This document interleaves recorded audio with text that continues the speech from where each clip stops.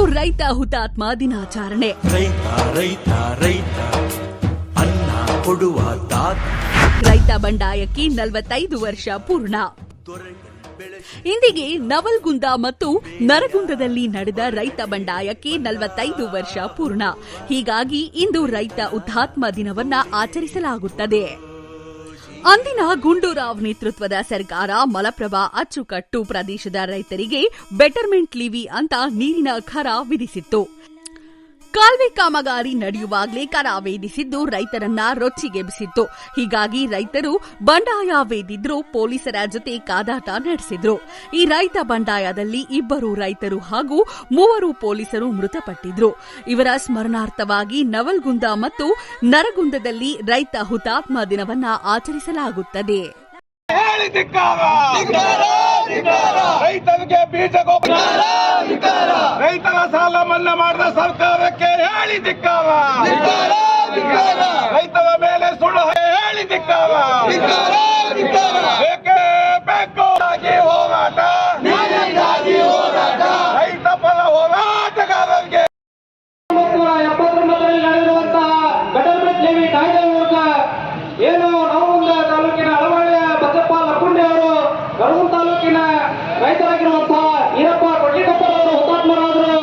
ಈ ಹುತಾತ್ಮರಾಗಿರುವಂತಹ ಆಚರಣೆಗಳನ್ನ ಕೇವಲ ನಾವು ಪ್ರತಿ ವರ್ಷ ಮಾಡಿಕೊಂಡು ಬರ್ತಾ ಇದ್ದೀವಿ ಹೊರತು ರೈತರ ಜ್ವಲಂತ ಸಮಸ್ಯೆಗಳು ಇವತ್ತಿಗೂ ಕೂಡ ಬಗೆಹರಿಸಿಲ್ಲ. ಇವತ್ತು ರಾಜ್ಯ ಸರ್ಕಾರ ಆಗಿರ್ಬೋದು, ಕೇಂದ್ರ ಸರ್ಕಾರ ಆಗಿರ್ಬೋದು, ರೈತರಿಂದ ಮತ ಪಡೆದು ಅಧಿಕಾರ ಪಡಿತಾರ.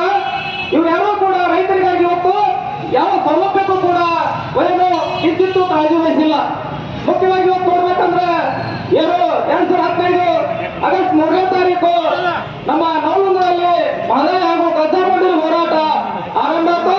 ಇವತ್ತಿಗೂ ಕೂಡ 10 ವರ್ಷಗಳಿಂದ ನಾವು ನಿರಂತರವಾಗಿ ನಮ್ಮ ರೈತರ ಹೋರಾಟ ಸಮಿತಿ ಹೋರಾಟ ಮಾಡ್ತಾ ಬರ್ತಾ ಇದ್ರು ಕೂಡ ಇಲ್ಲಿವರೆಗೆ ಮಹದಾಯಿ ಹಾಗೂ ಕಸ ಮಂಡಳಿ ಬಗ್ಗೆ ಯಾವ ಪಕ್ಷವೂ ಕೂಡ, ಯಾವ ಸರ್ಕಾರವೂ ಕೂಡ ಒಂದು ನಿರ್ಣಾಯಕ ಅಂತ ತಗೋಲಿಲ್ಲ.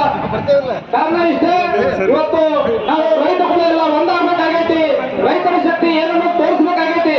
ಯಾಕಂದ್ರೆ 1980ರ ಬಂಡಾಯದಲ್ಲಿ ಹುತಾತ್ಮರಾಗಿರುವಂತಹ ರೈತರಿಗೆ 1983ರಲ್ಲಿ ಏನು ಇವತ್ತು 80ರಲ್ಲಿ ಗೋಲಿಬಾರ್ ಮಾಡಿಸಿರುವಂತಹ ಗುಂಡೂರಾವ್ ಸರ್ಕಾರ 83ರಲ್ಲಿ ಆ ಒಂದು ಸರ್ಕಾರ ಪತನವಾಗೈತಿ. ಹಾಗಾಗಿ ಒಂದು ವೇಳೆ ನಾವೆಲ್ಲರೂ ಕೂಡ ಒಂದಾಗಬೇಕು.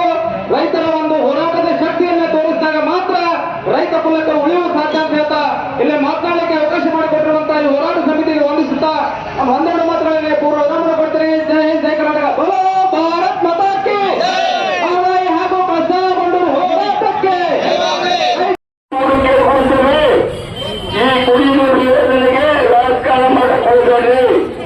ನೀವು ಈಗಾಗಲೇ ನಮ್ಮ ರೈತ ಸಂಘಟನೆಗಳಿಗೆ 3 ತಿಂಗಳಿಗೆ ಕಾಲಾವಕಾಶ ಕೊಟ್ಟಿರಿ. 3 ತಿಂಗಳೊಳಗಾಗಿ ನಾವು ಮಾಡಿಕೊಡ್ತೀನಿ ಅಂತೇಳಿ ಅಕಸ್ಮಾತ್ 3 ತಿಂಗಳೊಳಗಾಗಿ ಮಾಡಿಕೊಟ್ಟು ರೈತರೆ ನಾವು ಅನಿವಾರ್ಯವಾಗಿ ನಿಮ್ಮ ಮನೆಯಲ್ಲಿ ದೈವ ಸತ್ಯಾಗ್ರಹವನ್ನು ಮಾಡಬೇಕಾಗ್ತದೆ ಅಂತೇಳಿ ಈ ಮೂಲಕ ಎಚ್ಚರಿಕೆಯನ್ನು ನೀಡ್ತೇವೆ.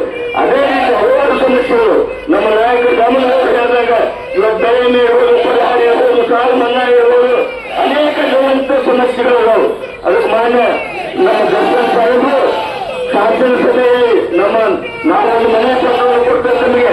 ನಮ್ಮ ಪರವಾಗಿರುವಂತ ನಮ್ಮ ಭಾಗದಲ್ಲಿರುವಂತ ರೈತರ ಸಮಸ್ಯೆಗಳನ್ನ ಬಗೆಹರಿಸಬೇಕು.